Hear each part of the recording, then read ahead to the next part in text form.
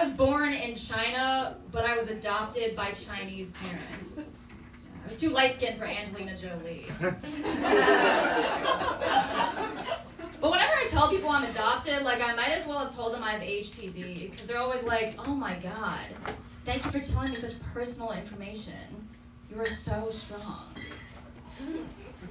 And I'm like, listen, I was born in a country with a one-child policy and the second largest population in the world, okay? I am not special. I am one of millions of girls who had to spend the first year of her life in an orphanage, but I'm lucky because unlike those girls, I didn't have to grow up with white parents. I don't have to sit at a dinner table across from people who look nothing like me and talk about shit like Patrick Mahomes. Or NASCAR.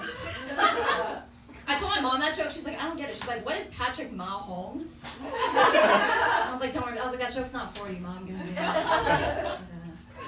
But despite not being biologically related to her, my mom and I look a lot alike, and that is mainly because she makes me get the same haircut and clothing as her. So she's either super narcissistic or she is being hunted and using me as her body double. I mean, we look so similar from behind that my dad, before he does anything with her, has to do a Google two-step verification. She and I have these very aggressive bobs, as you can see. Our shadows look like they've been circumcised. My dad, on the other hand, he's a very sweet old Asian man. He seems to be learning English by watching TV, which is something, a lot of people do. He especially likes the game show, so I'll call him, and then unprompted, he'll say things like, Daily Double! I'm like, how are you, Dad? Spin the wheel! I think it's important for you to know that my dad was born and raised in this country. On top of that, he has a PhD in literature. Growing up, my parents, they also sent me to a Jewish day school. Yeah, I was the Asian Jew in the audience.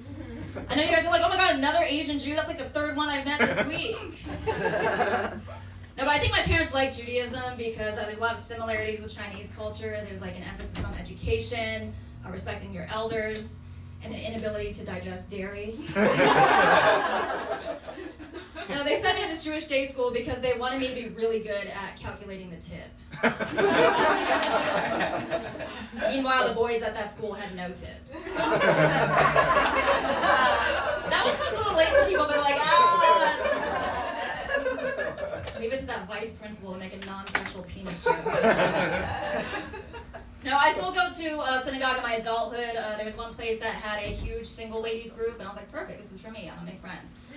I get there, and it turns out they're all single because they're 90 years old and their husbands are dead. But I made some friends that day. Ethel and Midge, those are my ride or dies. Or I should say my ride and dies. My friends are like, Corinna, don't you get tired of hanging out with old Jewish people all the time? And I'm like, look at the way I'm dressed, okay? They had some good hand-me-downs.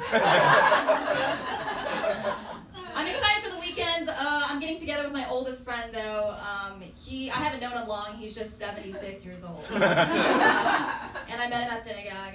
And he's treating me to a steak dinner, which is great because I didn't even have to blow him. I just have to help him with the crossword, change his diaper, baby bird him his ribeye. Depending on how things go, I'll crush up his Viagra for him, too. I just graduated from college a year ago. I still tell people that so I can get the applause, but... No, I know I look like I could be the dean of the poli-sci department, but I am 23 years old, guys. I went to a private liberal arts college in the Northeast, which is code for my dad has money. It was kind of hard for me to date at that time because everyone thought that I was a lesbian. And I was like, I'm not a lesbian, I just like to dress like a real estate agent. I did go through a phase though. I somehow managed to date 2 guys at once. One of them was an international student from India, and the other was an international student from Pakistan. Yeah. You didn't need a history major to know the geopolitical power of my pussy.